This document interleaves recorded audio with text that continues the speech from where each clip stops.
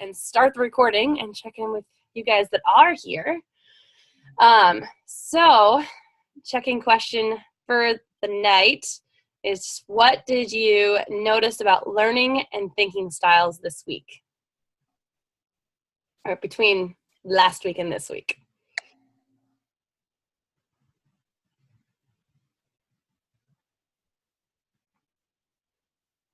I can go. Sure, thanks. Well, I had a really interesting experience. I went to meet a practice client that I'm starting with, not this weekend, but the following weekend. And so I went to meet with her and her parents at their home. And the intention was like a 20-minute just brief overview of what we'll be doing and when we're meeting and laying out some things for them. And it literally turned into like a family warfare. It was, yelling and screaming and tears, and it was terrible. And I was just sitting there like, oh, okay, I really, this young girl really could use some help, and her poor parents could actually use some help too in terms of the stress they feel about her academics. She just came off of the worst semester she's ever had. She's a junior. And so there's a lot of family, she's an only child. So there's a lot of pressure and stress on her academically. So I got to practice a few things, so that was really great. But mostly what I noticed was that her and her father in particular have just totally different thinking styles, totally different communication styles, and they're just like missing each other totally. So I could really easily see that in them. I don't know if I could identify specifically what kind, but I could just tell they were really different, in terms of how they thought. So that was my whoa experience with coaching and really seeing that in action. So they're happy I'm going to try to do this with her. And she's happy too, because she wants her parents out of the picture totally. So that sounds like a challenging situation. Did you talk to the parents and her? Did she say in front of them, I want to work on this alone? Because I've had similar situations where too many hands in the pot, and it's hard for the actual student to get value because the parents start answering questions for them and interrupting. Did you kind of set the guidelines? I did. I said that there will be things that will be confidential, and that at the end of each session, I would write up a little summary, and she would, we would together decide on what would be shared with the parents and what wouldn't be, and that I would email them that summary, and I would exclude the things that we agreed she didn't want to share. And I said, do you guys agree to, respecting Kaylee's confidentiality? And quite frankly, they were really reluctant. And so I really actually pushed it. I was like, well, you guys, you cannot badger her. If you're going to agree to this, then you and I need to have an agreement that that she's going to do the work and she's going to be accountable to me, but she doesn't also have to be accountable to you. And so, yeah, I think I was firm and clear. They're actually really good friends of mine. So it was fine. And then I sent a follow-up email really clarifying how it's going to work. And I think they're good with it. They're so desperate for help that I think they're willing to abide. But we'll see when it's actually happening. We'll see if they can actually stay away and respect her. I don't know. It made it as oh boy, there's so many layers to coaching teens. The whole parent layer is something I didn't know existed that intensely, but it does. It does. It definitely does. Yeah. And to I've what I've always done, Andrea, is, usually my sessions with the student are one-on-one, and then I leave it up, the parents get copied on the summary. But I tell this, the parent, I'm not here to tell you what's going on with your child. If you want to find out what's going on, ask her. I can give this is what she's working on, based on what her and I agreed on. So I would just, since you have that email, you can remind them hey, remember what we said? If you have additional questions, ask your daughter.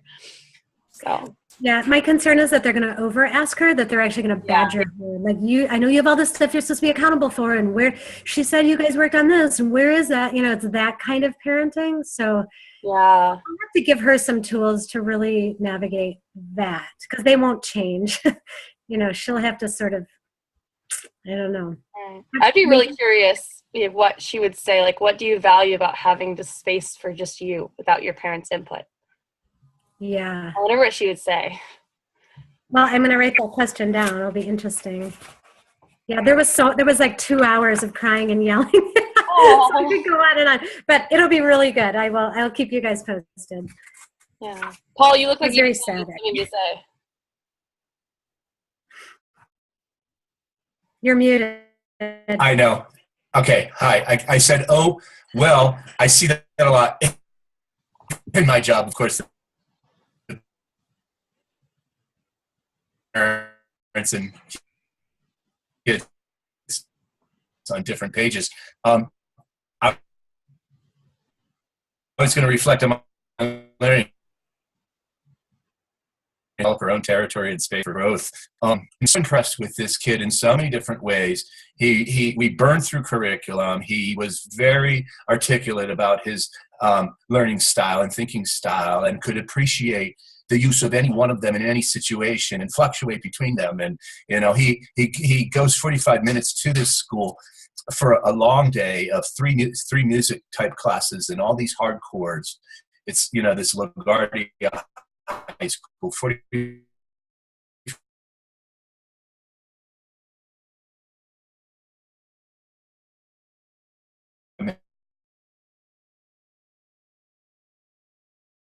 minutes back.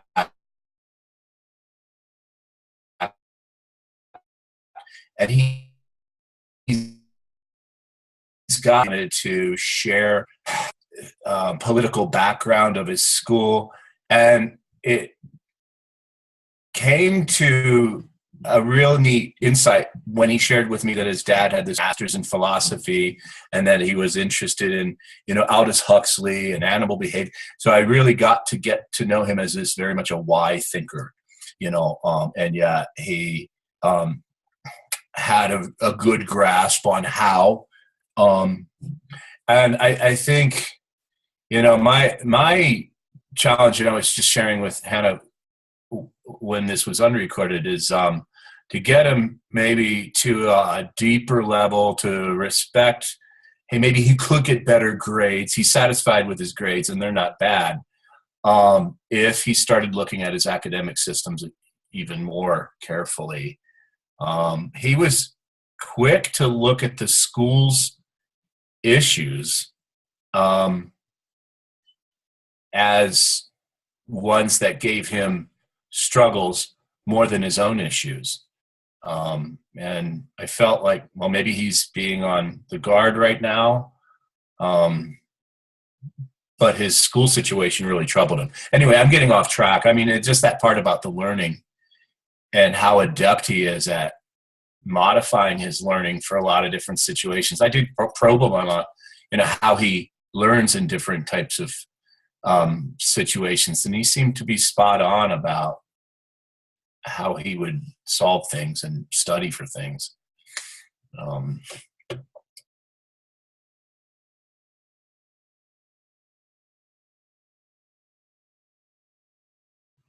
Thanks, Paul. All right. Lori, what about you? Oh, I'll unmute you. Yeah. Oh, am I okay? Yeah, you're.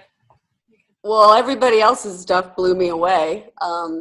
I've been working not on with my job, so I haven't done a lot of this. I've just worked a bunch of hours.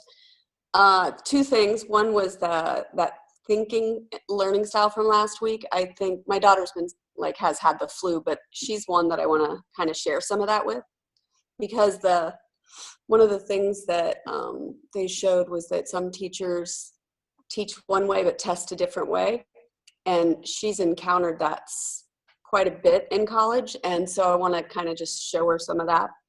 I thought that was really interesting. And I guess the only other thing right now would be I'm just very aware of my need to actually do something when somebody shows me something and they're teaching, because at work I've learned a bunch of new stuff, and I'm like, if I just hear it or they do it, nothing. It just doesn't go in my brain. So I've learned to just be proactive and say, okay, stay here. I'm going to do this right now. So that's been helpful. That's it.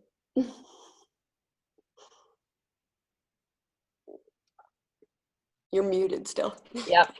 Realize that. All right. Emily, are you with us? Hey, yeah, sorry. My power is out, and so I'm kind of having a couple problems here and there, but I'm here. Oh, I'm sorry to hear that. It's a learning experience, isn't it?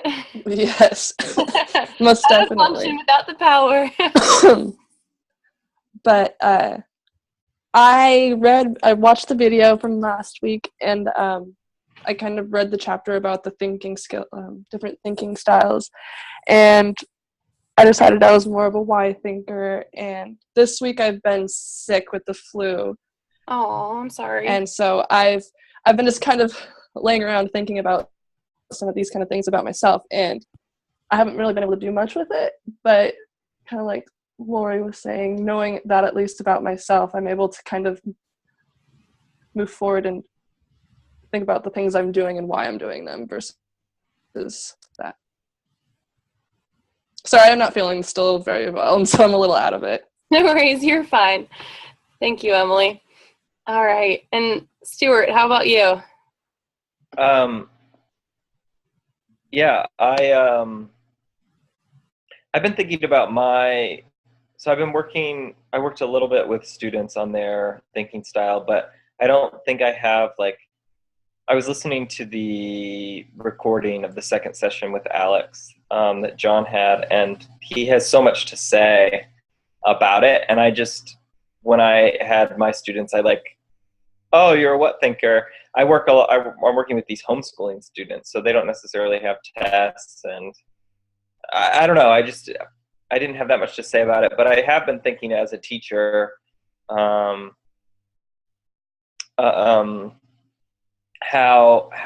it affects how I teach. Like that, I have one thinking style, and that the students probably have other. If 2/3 of them have a different teaching style, and the way I approach math, I have found myself sometimes when I'm teaching math getting up at the board and explaining it in a certain way. And so I'm trying to remember to have more of the time spent with the students working and the students explaining things, so I can see how they're thinking, versus them just hearing my way of seeing it, which may not resonate with them. Mm-hmm. So it's kind of like you're learning about yourself while you're learning about them. Yeah. Very cool. All right. Well, thanks everyone for sharing. Quick update. I know everyone's not here. I know a couple people said they wouldn't be here tonight, but I know Paul and Andrea, you've already started working with practice clients.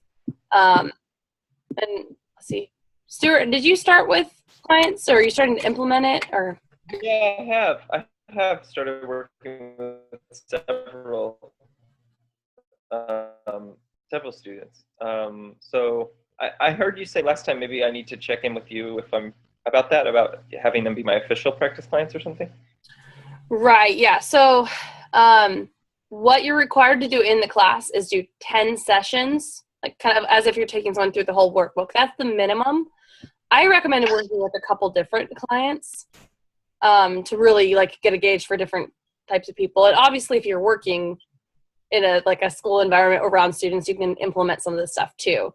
So it doesn't mean just like with Paul, he might be structuring it a little bit different to fit the needs of the client in that situation. That's totally okay. So it's not like you have to stick, I have to do exactly this, but minimum is 10 sessions, and 3 of those, at least 3, will be overviewed. We'll go over them together and looking at coaching standards and evaluating your coaching. Oh, okay. So I would record your sessions for your own reflection too. Okay. But I would I'll probably give everyone at least 2 weeks to submit a recording to me, and that way it'll give us time to schedule out into the next couple of weeks, because that way we would like listen to it together over the phone and then grade it as we're going and talk about it. Okay. For the first one. So if you're already doing that, it's okay if it doesn't follow the workbook, exactly, because you're already in, I guess, around students in that kind of profession. You can blend it a little bit. I'm looking for elements of coaching and then the specific academic life coaching. At least some of those things are present. But the workbook is available. I know Paul ordered it for his client. So that is available, or as a PDF, so you could give them chapter by chapter. So it's on the materials page. But so if you haven't started recording, record. There is an agreement form. So if you want to, usually word of mouth with adults is okay. It's not going anywhere except you and me listening to it. But like I was telling Paul, under 18, there's a sample form. So I would kind of make up one, and especially so the parents aware that they might be recorded and listened to. And obviously make sure they're okay with that, because some people aren't okay with that. Where is that that form? It's on the materials page. Okay. It's right under sample contracts. So it's a sample contract plus permission to record. So you could edit it and kind of make it what you need it to be. But I was telling Paul it can't hurt to just, have that just in case. So if you haven't started working with a client, it's time to find a client sooner than better, because then you can get, we can get that first one-on-one session built up, because you have to have 3 done by the time class ends. And if we're all trying to get them done all at once, I'm not made of a bunch of time. And so I've had one of my other classes trying to do it all in 1 week for everyone is a little challenging. So I wanted to kind of plan ahead, and so make sure everyone gets the time that works best for them, because I know everyone's schedules vary, and we'll want to set aside time separate from class. So Emily, Lori, if you guys haven't got a client, start thinking about who you could be your practice client. And if you can get started, definitely get started. I'm going to have the due date be 2 weeks from today. But like Paul and Stuart and Andrea, like if we want to get scheduled and get going, we can sooner than that. So do we need to record all 10 sessions? Do we need to record 10 sessions? No, you just have to track them. And there's actually a hour tracker, like the coach client, like the coaching log template, and you want to track your pro bono hours. So we have to verify that you did at least 10 practice sessions, but I only have to hear 3 of them. And you wouldn't want to record a bunch in a row and then me pick one. We'd want to listen to one, and then I listen to one after that you gotten that feedback, and then so we can see the growth. So you would want to space out the ones we actually listen to. So you don't have to record all of them, just 3.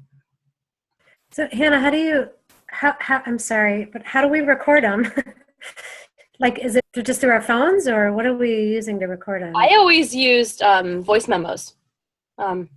That's been good for me. And then usually you can get that into iTunes and send it off, and then I can get it put into Google Drive, and then I can play it, and I have speakers set up so we can both hear it over the phone. So it's worked really well. So unless you have another like an actual recorder or something, but voice memos works great for a lot of people.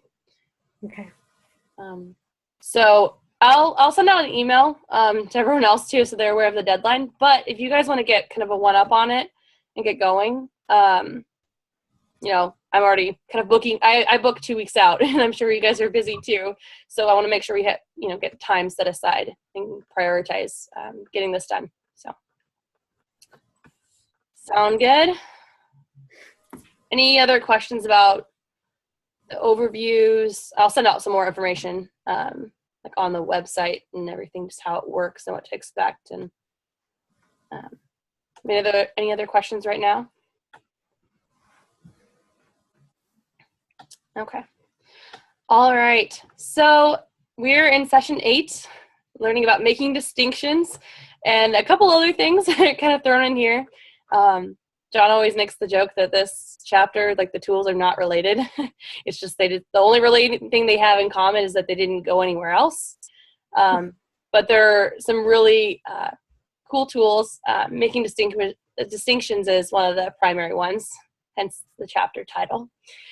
But before we actually get into the different things that we're going to be learning about, we're actually going to break out and try something.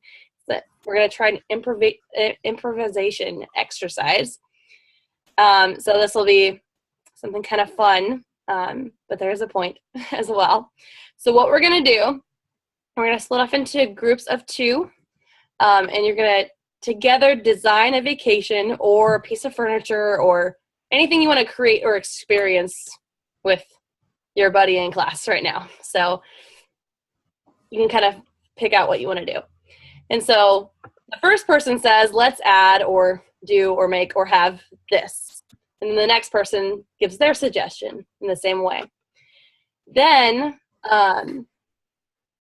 it's just the first person just says they want to add something. And then the second person says what they like about their idea, even if they're not like genuinely like, this is what I want to do, but they have to point out what they like about it.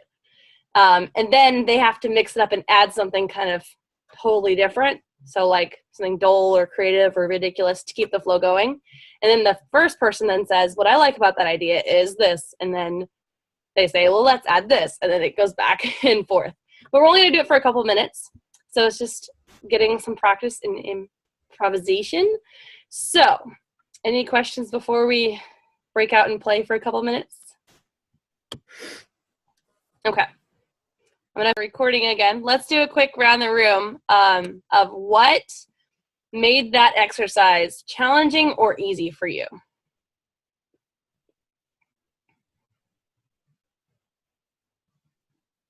I'll go.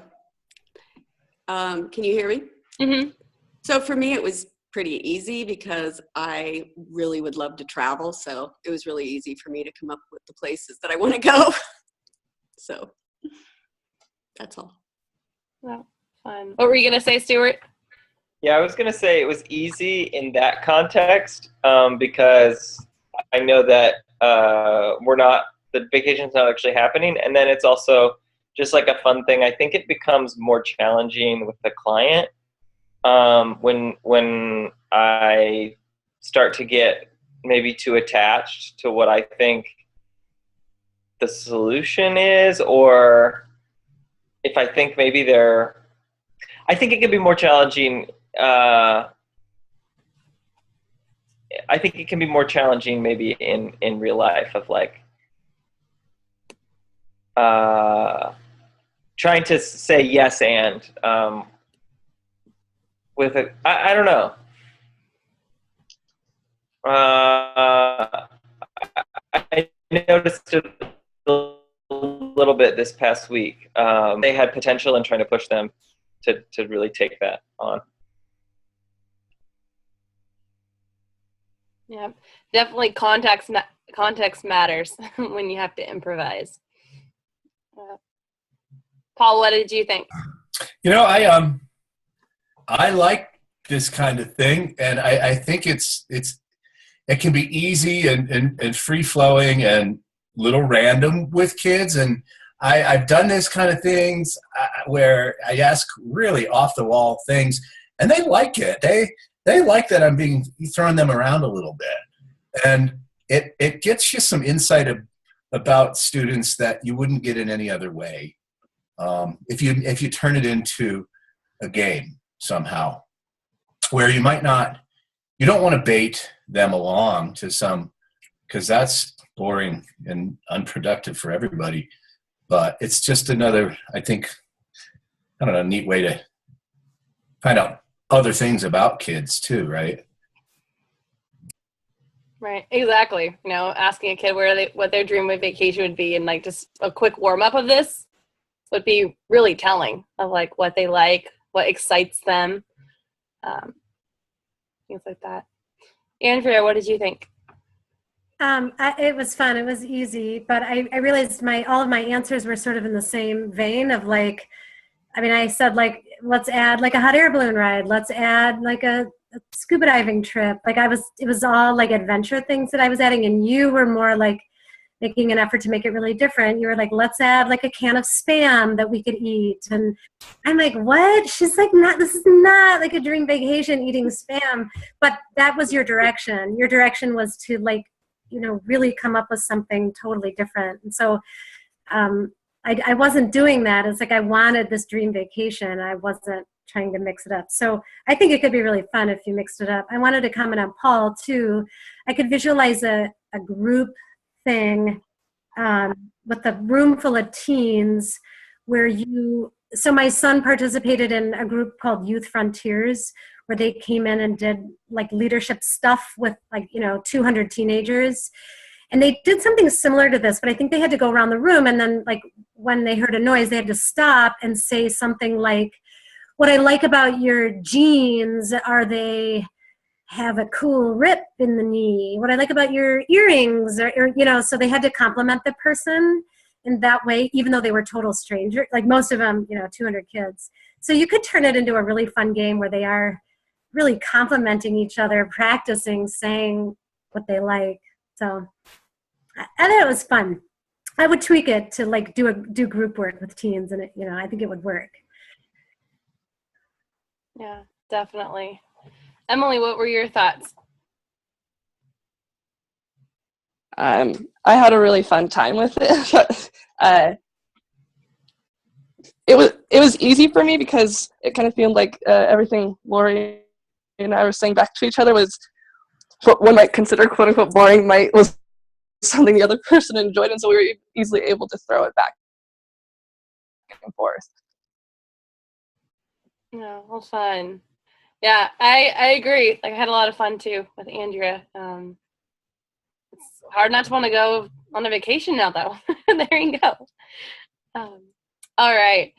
Well, definitely, there's a lot of value in improvising. And as coaches, we're not going to know all the details. And sometimes, most of the time we do have to improvise and ask powerful questions and just be curious. And, kind of that flip side, it's like you don't know the context or what you're getting into, but you can rely on a lot of these tools that you're learning to pull out. And so, I like this idea of this, what do you want to talk about today? And throwing in something like this just to like mix it up, see what lights them up, or what they struggle with. That could be a great tool in a coaching session. Or like, hey, let's role play for a second, or there's so many different things that you could do. There's so much value of this, but you already do it all the time because you never know what your client's going to want to talk about, or most of the time you don't. So it's just kind of a reminder that to be a good coach, and this kind of connects back to some of the things we're going to talk about tonight, you don't have to know the whole story at every detail. Sometimes just improvising and leaning on powerful questions and level 2 listening, that's what you need. And obviously other tools come into play. The different things know about your client can be helpful. But in order to provide a powerful session, that provides value and meaning and, helps propel your client to meaningful action, and you don't need to know everything. You don't really need to know. You need to know what they want to work on and why it matters. But you don't have to know like the huge story. And that's where, if you listen to the recordings, talking about bottom lining, that's where that comes in, is, when someone's telling you a story and you just know, like, there's no value in this, there's kind of a, like, alarm that goes off in people's heads, and like, this has nothing to do with anything. They're kind of talking themselves in circles. You kind of get a feel for what that is. And so for bottom lining, I see that as really, really valuable. You will feel rude. You definitely will. But it's always like this breath of fresh air when you get the bottom line. You're like, okay, now we can focus on what's really important. And I think John said a couple really good things in the recording about this, and how when they are going on and on, they're keeping themselves from getting really real value in what they really want to talk about, or they could be stuck in a limiting belief. So believing something about themselves that isn't true. So it is technically interrupting your client, but bottom lining sounds a little bit nicer. But you're using your listening. You'll know, like, when will it benefit my client, to cut them short and get to the main point. Because it's not about you and what's best for you, or like, I don't want to hear about this. It's like, are they getting value? Are they getting what they need? Because sometimes people can tell a story and they like almost coach themselves. Like, that can happen. But when it's recognized when they could benefit from you interrupting them, and you can explain, like, I'm going to interrupt you right there, if you feel like you need to. But it's always good to say, I'm going to interrupt you. And then keep, whatever, you focus on. So bottom line, and then be able to move on. And usually once you do that, then you can ask a powerful question, and then it just goes in like an amazing direction from there. But if you don't, it'll feel like, I'm not really coaching. What do I do? I want to like them to feel like I care, but and so you'll know when it's the right time to interrupt and they're not really getting anything out of it. Does that make sense? Bottom lining? Anyone have any questions about that?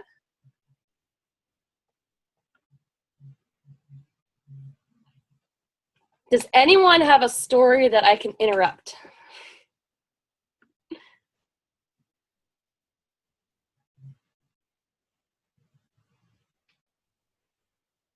It can be about anything.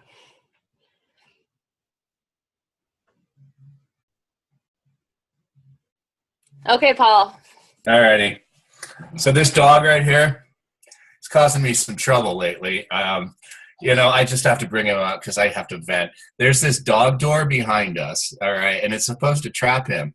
Well, it's not a very good wall for this Chihuahua. He has found ways in and around that thing no matter how much I rig it, and I just don't know what I do. I've got a bungee cord on that thing. I've put an extra rubber pad, and he keeps knocking it down. And, now I'm starting to find little souvenirs from him, and it's making me a little bit angry, and I don't know what to do about that because that's a mess. And like, he's a good guy, and I like him because he comes down and he burrows in my bed, but then he gets interruptive, and then I find another souvenir. So I got to do something about this wall.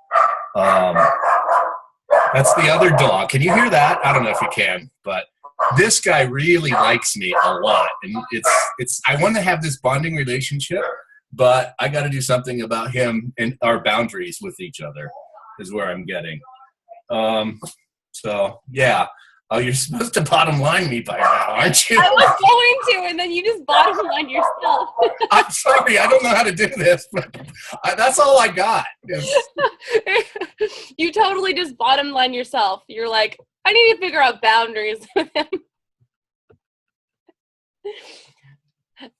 There's no more to my story. I know, I was like, how long is he going to go? Yeah, thank you for not describing the souvenirs. Too funny. Right. Okay. Well, I was going to bottom line you, but you basically bottom line yourself. Unless there is another main point. Is there another main point besides establishing boundaries? That's it. We'll work it out. Yeah. Paula, how do you establish boundaries with a pet? Build a bigger wall. I'm serious. Fences make good neighbors, right? Okay. That was probably the funniest demo ever. Thank you, Paul. We really sincerely hope that you build a bigger wall. All right. So not all situations will be that. I know Paul was like almost laughing and everyone else was laughing. I was laughing. But you can imagine a situation, and you've probably been in this situation where someone's going on and on, talking themselves in circles. I've been the person talking to myself in circles before. You know, we probably all have, and we've probably all been a part of that. And so in coaching, you'll know when it's the right time. I mean, Paul he already knew what needed to happen.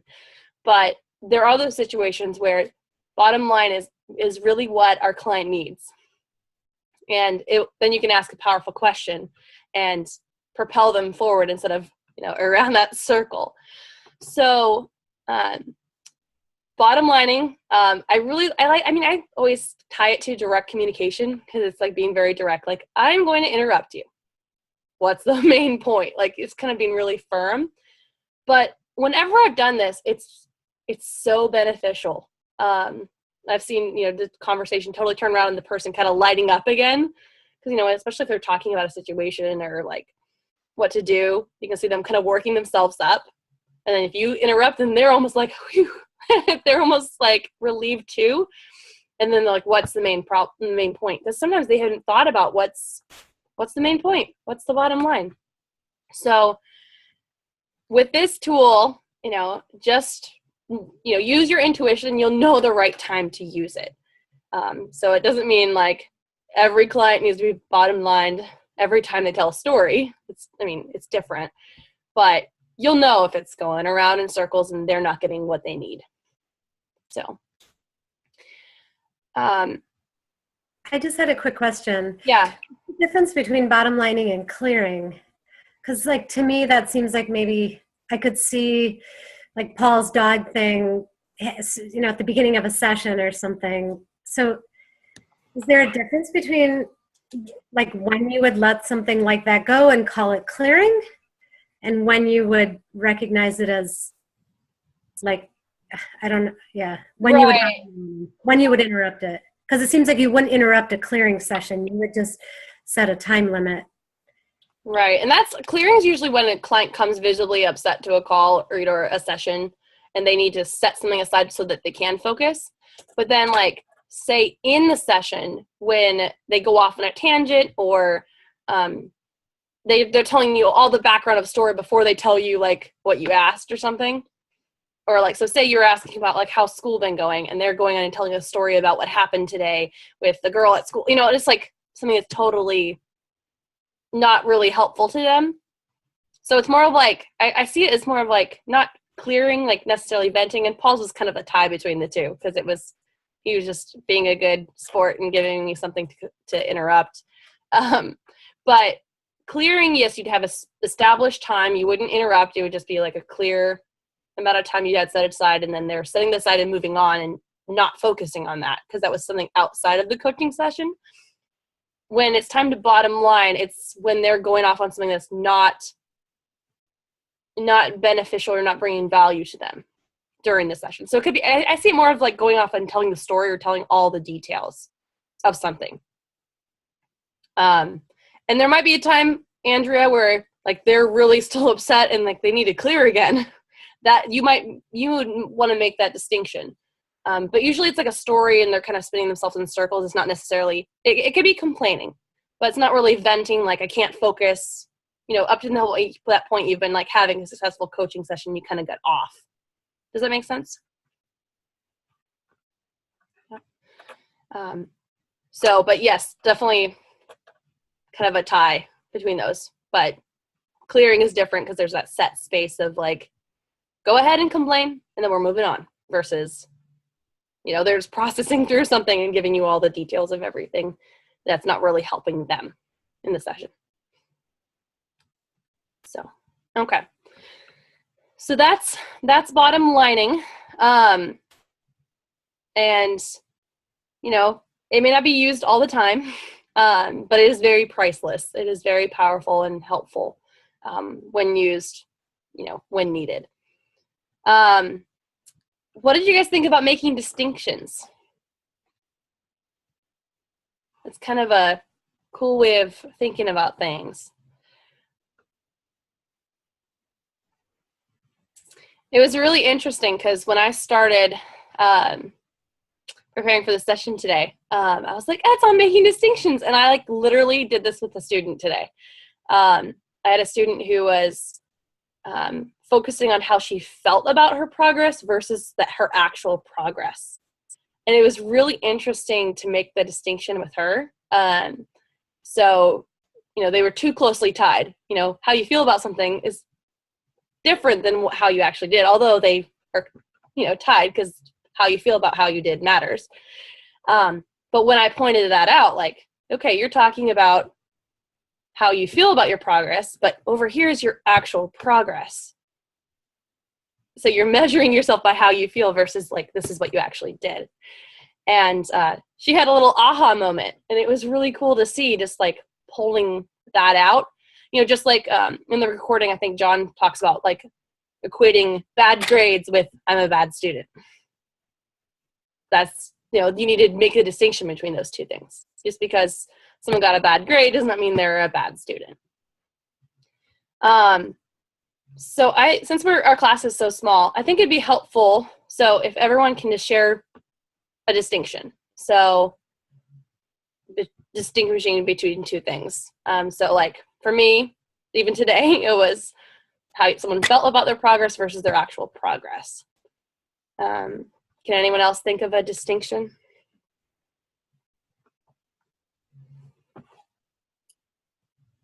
Yeah, I had one similar to that today when I helped a kid identify a psych eval, in that his cognitive processing speed was slow. But no, wait, I got that backwards. His cognitive processing speed and memory were really quite fine, so he appears socially intelligent, but when it comes down to really, knowing things deeply, he really has to slow down, especially with, academic matters and reading. And we brought up reading, and he said, oh yeah, I totally can't read at the same speed I speak or think. And so I do need to slow down. And we came up with that kind of example to show that distinction. Very cool. So you got really hands-on with that. Very cool. All right. Who's next? I can go. I don't, this is not original. I think John mentioned it as in his recording, but it really struck a chord with me, the difference between studying and reviewing. And I really had to pause and think about that and what that means in terms of communicating, and having the students really understand that there is a difference, that glancing over something is not the same as truly studying it and really knowing it and walking into the test confident and prepared. Because I think we do comfortably interchange those terms, especially as teachers or even as parents. As parents, we hear our kids telling us, I'm reviewing. So really distinguishing those terms, I think, is important as a teacher, as a parent. So that was a light bulb for me. Yeah, definitely. Lori?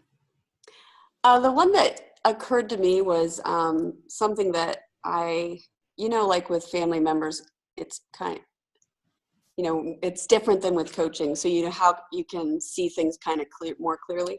Mm-hmm. And my daughter got defensive when I mentioned it, but I dropped it pretty quickly. But when she has tests and papers coming up, she gets really stressed until 5 days ahead of time. And she's like, I've got to spend every moment doing it. And then she doesn't do it till the end. And so in a coaching, that would be a perfect opportunity to start asking questions, and about it being not about the goal, but about the actions. But what I'm hoping is that she could see, just to break it to the action alone, each day do this. So I don't know if that's making sense, but it was so clear to me that it just ruins her life for those days, but she procrastinates. And then Right. she stays up all night. Then she's just, now she has a flu, so maybe this will show her she needs to take care of herself. Right, because it's always like the distinction between what they're doing or what they think they're doing, and like so she's like thinking she's being productive by planning ahead and thinking about it ahead of time, but really she's sabotaging herself. Exactly. Right.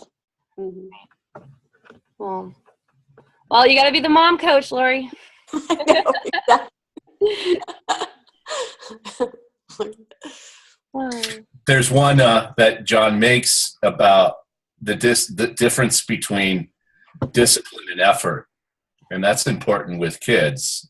That they think I did all this work last night and look at my result, and no, I wasn't disciplined the last 5 nights to really do this. I crammed it, and shouldn't that big effort be worth something? Yeah, exactly. What do you think, Stuart? So I think this is kind of related to that, just having a student in a coaching session say, oh, this is what I want, this is what's important to me, I have these goals, and then just what their actions reflect is important to them. And so making that distinction between students to help them understand better, like just to help reflect, like, oh, well, maybe that isn't exactly, maybe we need to adjust your goals because it seems like based on your actions, these other things, there's a distinction. Let's look at your actions and figure out what's important to you rather than just like saying in the session, this is what I want to pursue.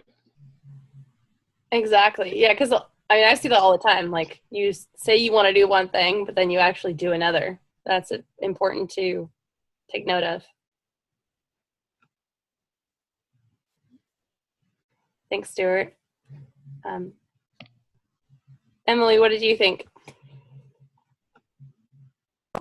The only thing when you mentioned it kind of made me think of something was kind of what Lori again was saying, was the stress aspect of like me stressing to want to do a ton of different things, but then all I'm doing is just stressing about it and not actually putting it into effect.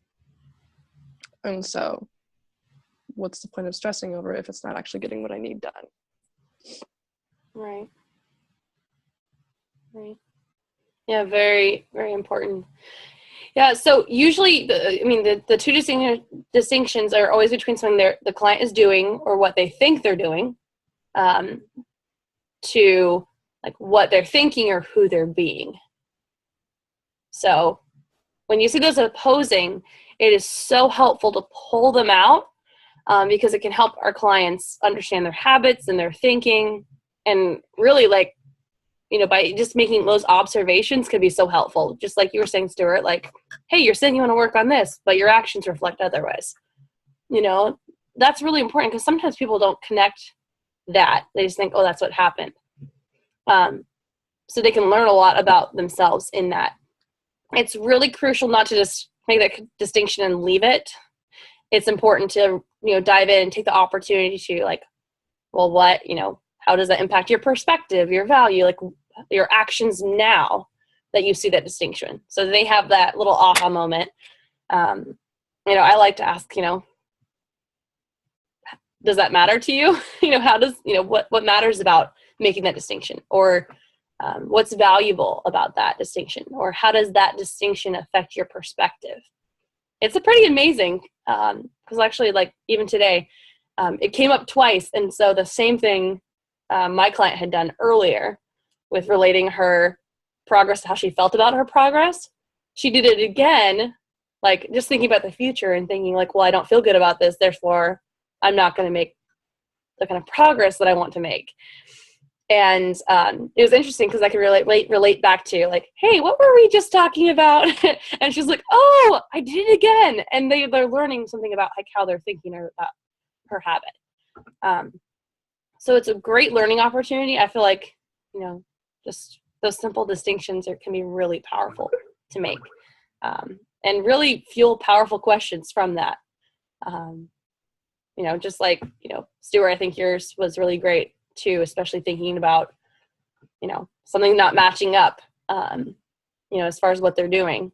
That could change a lot of things for the client because they're realizing like what's really important to them or what they're really working towards. So a lot of kind of big picture impact there. Any questions about making distinctions?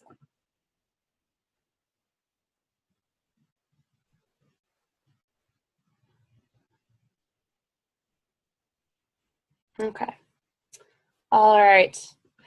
Well, speaking of big picture, we have this other tool, so the bird's eye view. So this is something that's a very simple, powerful tool to use, yet for some reason, most of the time, we forget to use it.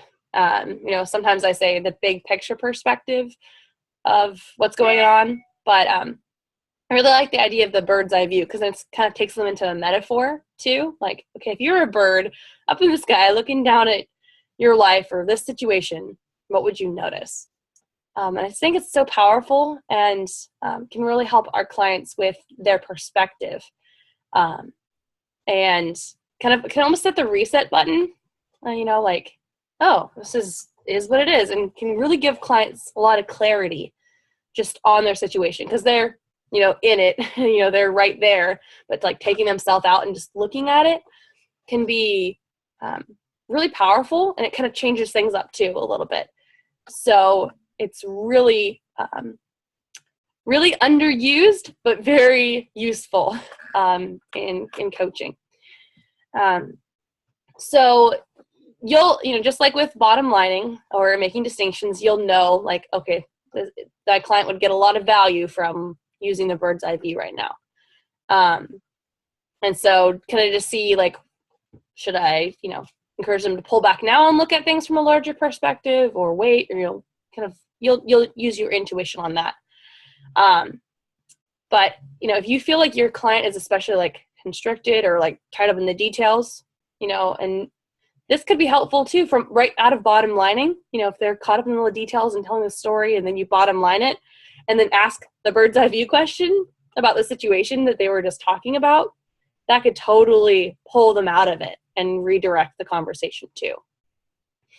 So, you can really put this anywhere in the session, but, literally just say, for a moment, let's take a bird's eye view. If you were up, looking down at the situation from up in the sky like a bird, what would you notice? What would occur to you? What stands out to you? And you can have them kind of picture that. And then it's important, to use our level 2 listening and to see where the client goes from there, because a lot of times it does redirect and kind of just reset the client and to go in a different direction or open up possibilities they didn't see before. So any questions on a bird's eye view?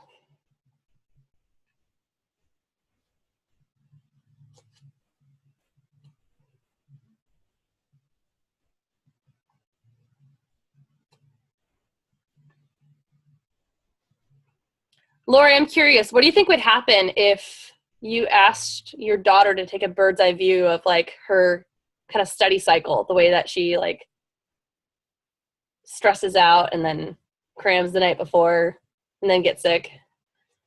That's a great way to do it. Thank you. I think that would really be good, because like what I was thinking with any of these, the bottom lining things, if, I'm hoping with clients they wouldn't get defensive the way your own children can get. But I also appreciate that. I think that would be, I'm really curious too. I will ask her once. She's going to come home in a couple weeks, so I'm going to ask her. And see what happens. You'll have to let us know. I will. I'll let you know if she gets defensive. Well, because often it seems like the bird's eye view seems like it might be a good thing to do also with, like if somebody were getting down on themselves or getting, just upset about a situation, because the bird's eye view would show, it seems like, okay, in the big picture, this is only a small, this portion of your life, and it just seems to always put things in perspective for me. Yeah, definitely. We sometimes just forget to look at the bigger perspective. Mm-hmm. Yeah. All right. Any other thoughts before we move along?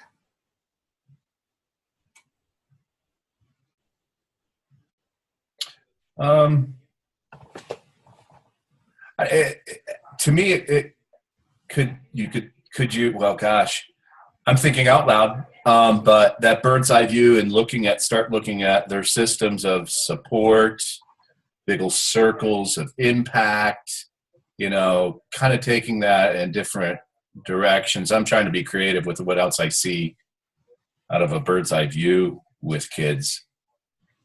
But you know what I mean? What kind of resources are out there? Sort of direct that bird's eye view a little bit for them if they're not really getting what you want them to out of it. Right. And if we're not supposed to. Yeah. Yeah. Right. Because you're exactly right, Paul. Because say if like a teenager was like asked, like, what's, the bird's eye view of your life right now? They're just like, I'm small. Like, I've heard that. It's kind of funny. But you're right. Like, you need to look at maybe like their specific situation or, their specific systems. And maybe they're talking about like, this is not working, and you're like, okay, let's pull you out and look at it from a bird's eye view. I think you're exactly right. Like looking at the specifics or you use it not just for the big picture of their life, but for the big picture of situations, systems, relationships. I mean, everything. So, but great point to make. All right. Anyone else thoughts about bird's eye view?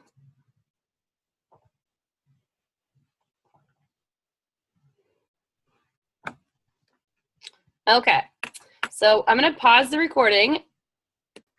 Okay, well, quick round. How did that go for everyone?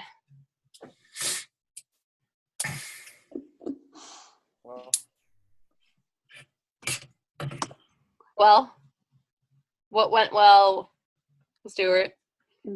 I think it was just cool to see how you can just ask, like, well, what are you learning about yourself? And then that can lead pretty naturally back into a coaching conversation. When I initially thought of bottom lining was like, what's the bottom line? It sounds like it's like, what's the point? What are you trying? I don't understand what you're trying to tell me. It can be potentially kind of rude, but back in a nice way. My connection's not that great. I don't know if you guys could hear what I'm saying.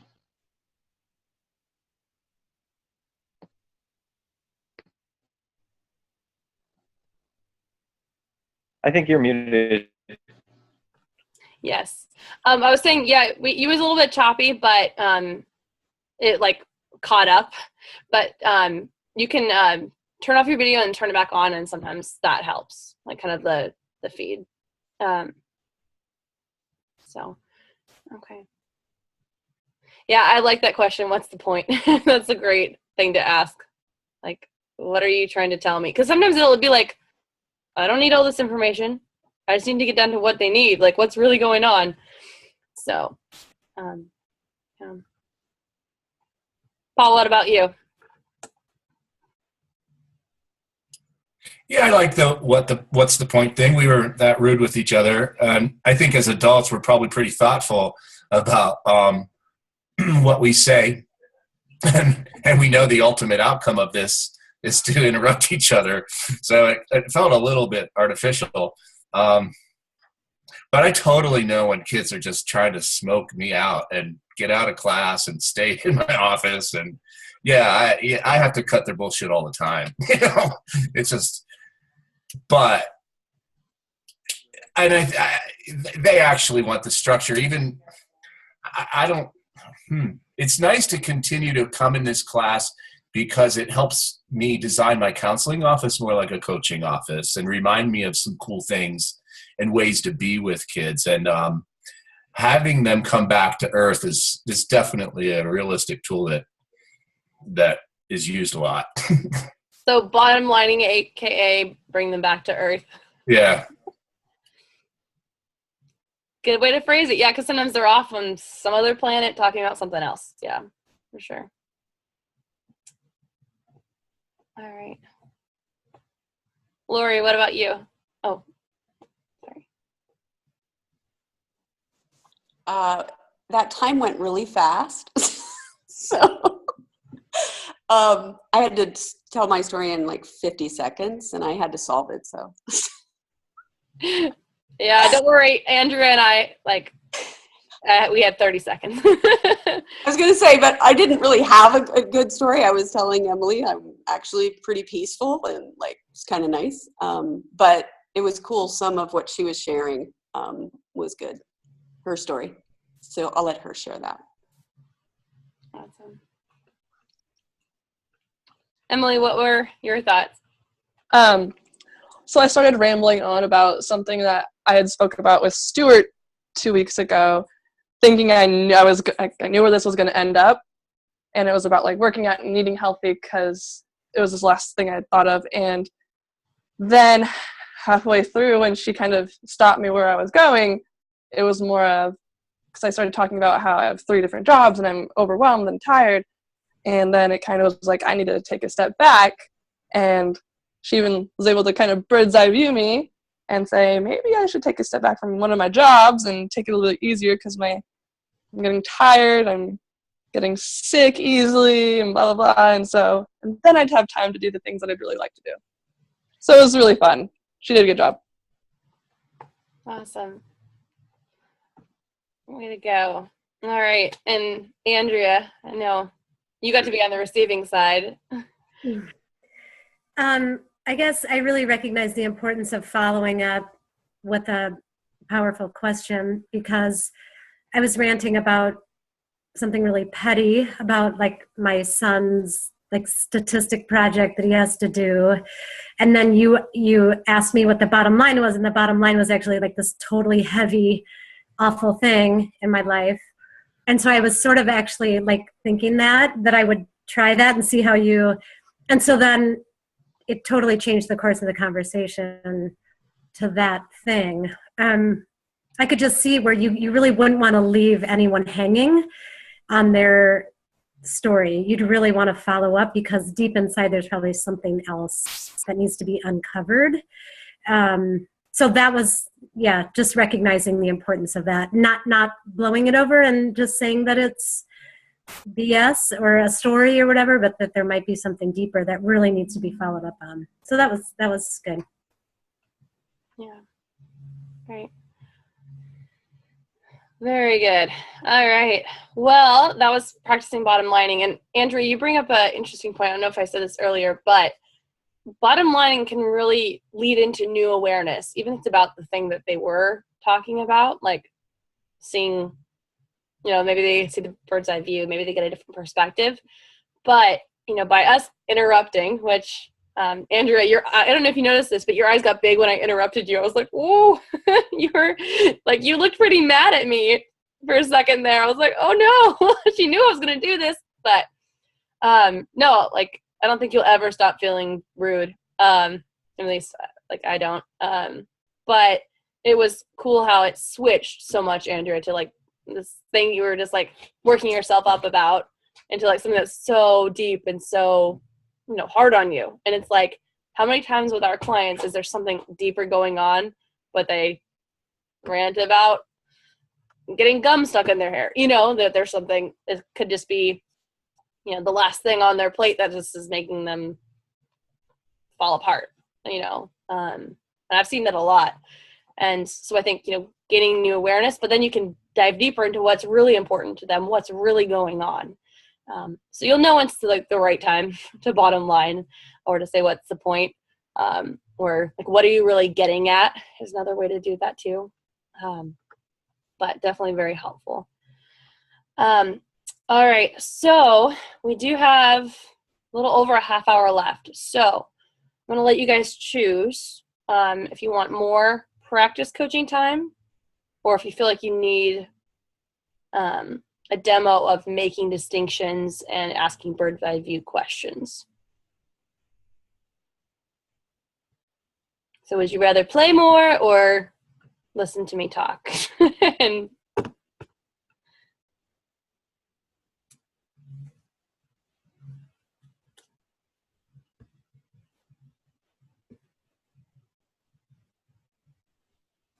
Do we have time to do both? Like, could you model one and then we could practice one? Or is there not enough time? Yeah, I guess we can just take a couple minutes. So, yeah, we could easily do 10 minutes. Just wasn't sure, because sometimes I know I get the feeling that you guys understand it pretty well. Whatever you guys want to do, I'm game. So what would you find more benefit from, practicing more or observing, or both? We can fit in both.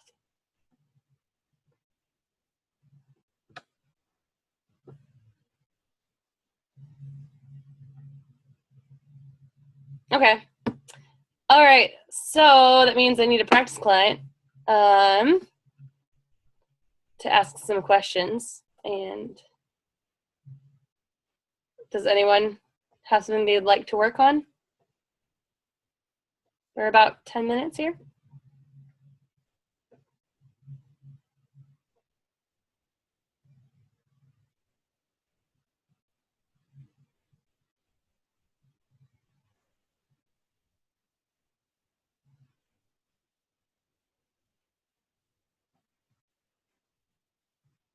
Does someone want to coach me as a demo for the class? Because I can come up with something to work on.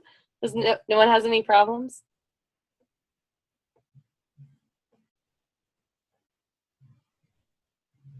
You guys are hilarious tonight. I don't know what it is. We're just like, All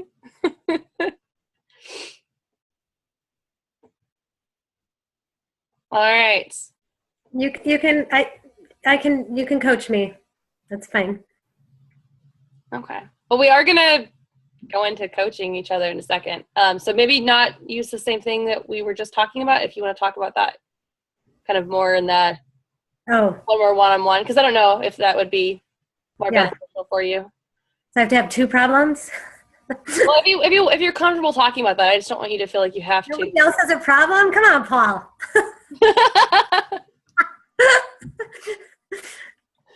Oh, I've got plenty of problems. And that's where he holds up his dog and says, Exhibit A. Yeah, right. Yeah. Well, I started with one with that student, Hannah, if we want to talk about him and what I observed, maybe there is some meaning because it is about the coaching of the things that we've just done with learning and thinking. And, it'd be meta coaching because it'd be coaching about the coaching. I don't know. But that's my current issue. Yeah. Well, okay, here's the thing though. So I'm going to step out of the expert role, which if being a meta, like coaching you about coaching would be training you. So I'm going to step out. Okay. You solve it. Does that sound okay? Oops. It sounds even better. Yeah. Okay. All right. So just to make sure I understand what's going on, you've started with this practice client and you're realizing that he's kind of in a different place than you had expected. And you're in a place of like figuring out like, how do I provide what he needs, but still do what I need to practice? Right. Yeah. And, I like his agenda of things. It's a lot for us to go through. Oh, Paul, you cut out for a second.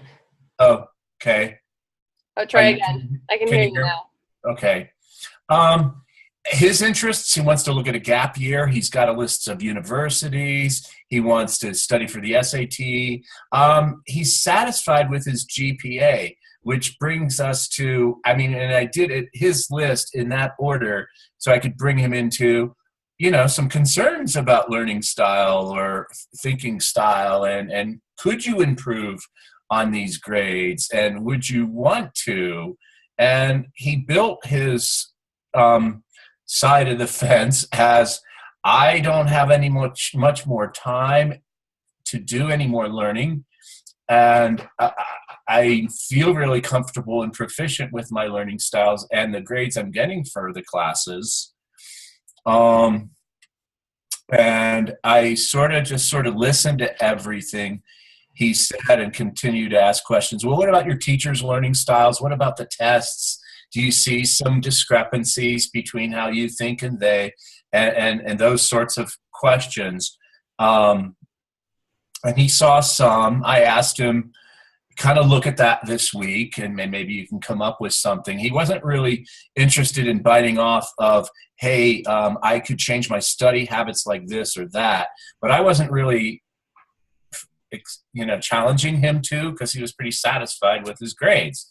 So then we moved to the Wheel of Life, which became a great foray into his lowest number, which was the school. And then he started complaining about his school, which is, I asked him some questions. Do you think there's anything you can do to change anything about the school, whether it's teachers or students or your own experience with it? And he had long, articulate answers about each one that kind of spelled out, you know what? I get the most out of this place and I move on with my life. And so it's another, like, not really kind of answer. Right. So I'm like, okay, what do you want to work on this week? And I could spell out all the really interesting conversations we had, but his bottom line is he came down to health because he had a little head cold. I thought, okay, because I was waffling by the end of it, trying to come up with challenges and insights and where's he going, and all he could think of was getting over his head cold. And I felt a little bit disappointed at the end, like, gee, I don't know how meaningful this week is going to be for him. Maybe, and I can come back to, hey, what did you learn about your teachers? What about your learning style? Did you do any of that kind of thinking about those things? Mm-hmm. Or maybe readdress parts of the Wheel of Life that we didn't. But I also like the idea of moving on to core motivation, mm-hmm. and then pulling in some things that might connect back right. to the grades, or the wheel next week. Right. Paul, it sounds like you're having a kind of you're torn between being a school counselor with this student and being a life coach. What do you see as the distinction between those two in this situation? Probably ensuring that he sets the agenda, and he comes up with, besides his lists of interests that he emailed me from the week prior, some agenda based on where he's at in the present moment with how he's, feeling and doing and thinking about his life. And based on what he says about that, ask him maybe some more clarifying questions about what he wants to work on around that. Right? I think that's more the coaching model, is to start where they're at. Right. Yeah, I'm curious what would happen if you took academics out of it and what your perspective would be of him as a person versus a student. So ask him that array of questions next time, or what are you getting at? Well, I'm just asking what would happen if you looked at him, like took away the title student and just looked at him as a person versus a student. Well, he's a thrill-seeking social introvert who's got great intellectual interests in animal behavioralism and Aldous Huxley, and he's fascinated with music and how drugs work on the mind. I mean, he's got a lot of unique interests as a person. Mm-hmm. What does your intuition say about maybe how this client wants to grow or how they want to be challenged?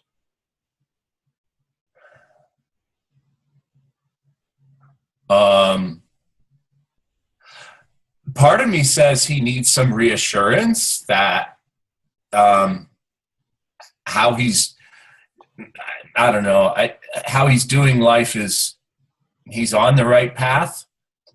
I felt like he was trying to prove himself to me a little bit. But he also wants to be challenged. I think what I see him wanting is, what else is there besides this school? And how else can I engage in my life in a more meaningful way than this school representation? Right. Hence the gap year, hence his desire to work with big cats in Africa, and to really kind of explore,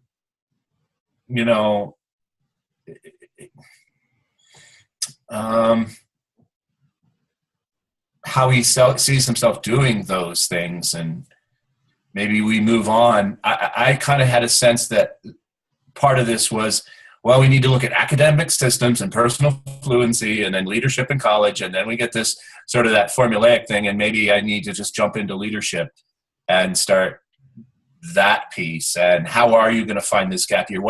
Let's start. I'm trying to figure out the script of, what comes first, second, and visioning comes pretty soon. So I think that's going to be a pretty rich kind of place for him to go.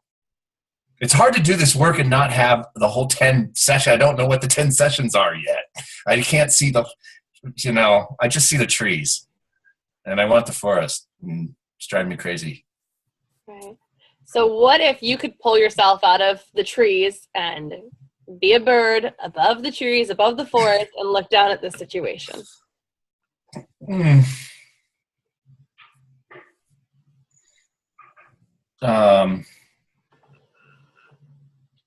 You're going to have to get specific about that bird's eye view for me. I don't mean to be a joker. I'm always a joker.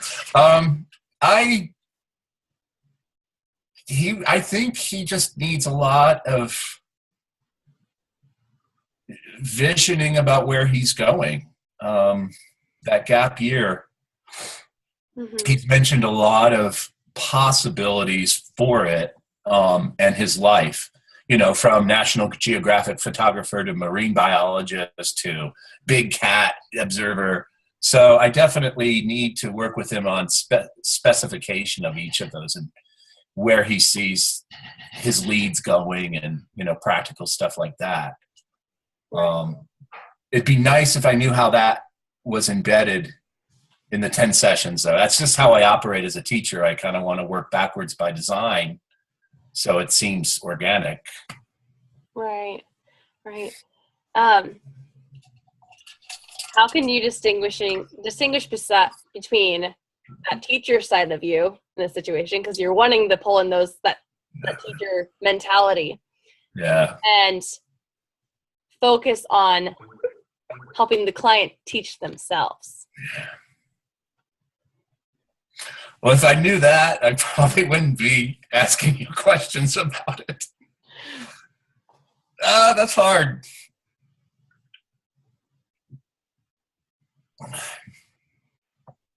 Yeah, I don't know. I honestly don't know. I want you to chew on that distinction this week, okay?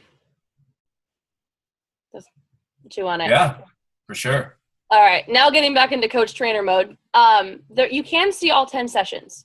In the workbook, it gives you what the kind of the program would be. So you can look back and you can pick and choose. You're already in that working with students all the time. You can be adding any skills. So you don't have to stick with the exact format. Okay. It's helpful to pick one from beginning to end, just so you can, you're selling that program as an academic life coach. If you were to branch out into business, and it's helpful to go through it in order. Mm-hmm. But my best encouragement for you is to meet your client where they're at.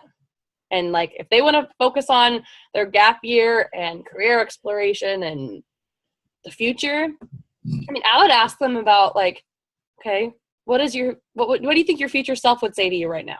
I would ask things like that, because it seems like he's pressing forward. He's ready to leave some stuff behind. Yeah, that's good. I like that. I just had this thought that this is kind of like that flipped classroom where he needs to be talking to himself out loud so I can listen to him, teach him, the gist of it. All right, I'll keep chewing on that. Awesome. All right. Well, thanks, Paul, for being my demo client there. So Sure. I got plenty more problems, Andrea, too. we all have things we can talk about. Anyways, all right. So I'm going to pause the recording. Okay. All right. Well, since we're here, let's do a quick round the room. Just kind of your takeaway on distinctions, bottom lining, and bird's eye view. Just to wrap it up. Mm-hmm.